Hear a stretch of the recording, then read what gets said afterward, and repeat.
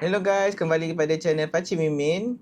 So kalau korang dah siap pasang korang punya intercom tu dekat helmet, ada satu lagi benda yang korang patut dan wajib buat, iaitu check dia punya firmware. First kali korang kena turn on korang punya intercom. High max battery 100%. Okay. Group mode. Standby. Untuk memudahkan kita punya kerja update tu, pastikan korang masuk standby mode. Dan korang tekan button belakang ni untuk 2 ke 3 second untuk masuk Bluetooth mode, okay?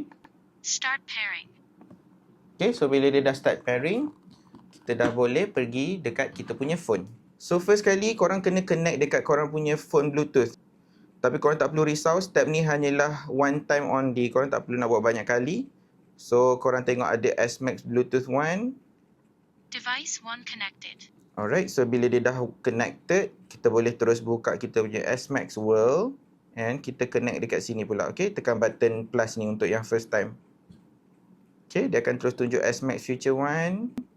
App connected. So, dekat sini kita akan tengok, okay, basic information. Dekat sini dekat bahagian basic information ni, korang boleh nampak firmware ada titik warna merah.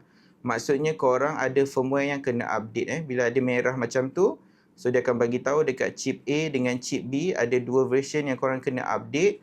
Korang just klik confirm, dia akan start download dan buat apa yang dia patutlah. So kalau korang tak update firmware untuk korang punya intercom ni, dia ibarat macam iPhone lah. Kalau korang yang menggunakan iPhone, bila kau tak nak update dia punya OS, dia akan start adalah benda-benda yang akan lagging atau buggy yang akan mengganggu korang punya penggunaan. A few moments later. So apa yang dia bagi tahu dekat sini, korang tak perlu buat apa-apa, jangan turn off, jangan turn on, jangan cuba tekan apa-apa butang dekat korang punya intercom. Korang tunggu je dia buat kerja dia. Dia akan sekarang ni dia tengah transfer dia punya firmware punya data tadi tu dekat kita punya intercom. A few inches later.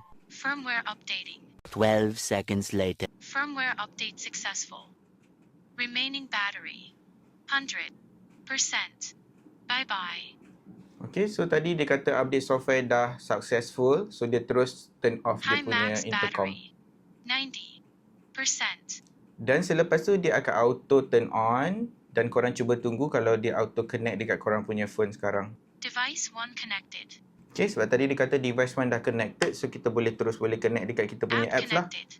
Dan sekarang dia terus dah boleh pakai macam biasa. So kalau korang tengok kat sini, bila kita tekan lagi dekat basic information, firmware dah tak ada apa-apa. Button untuk update tu pun dah tak ada. Maksudnya kita punya device dah up to date. So kita jumpa lagi dalam video akan datang. Check it, sampai stop.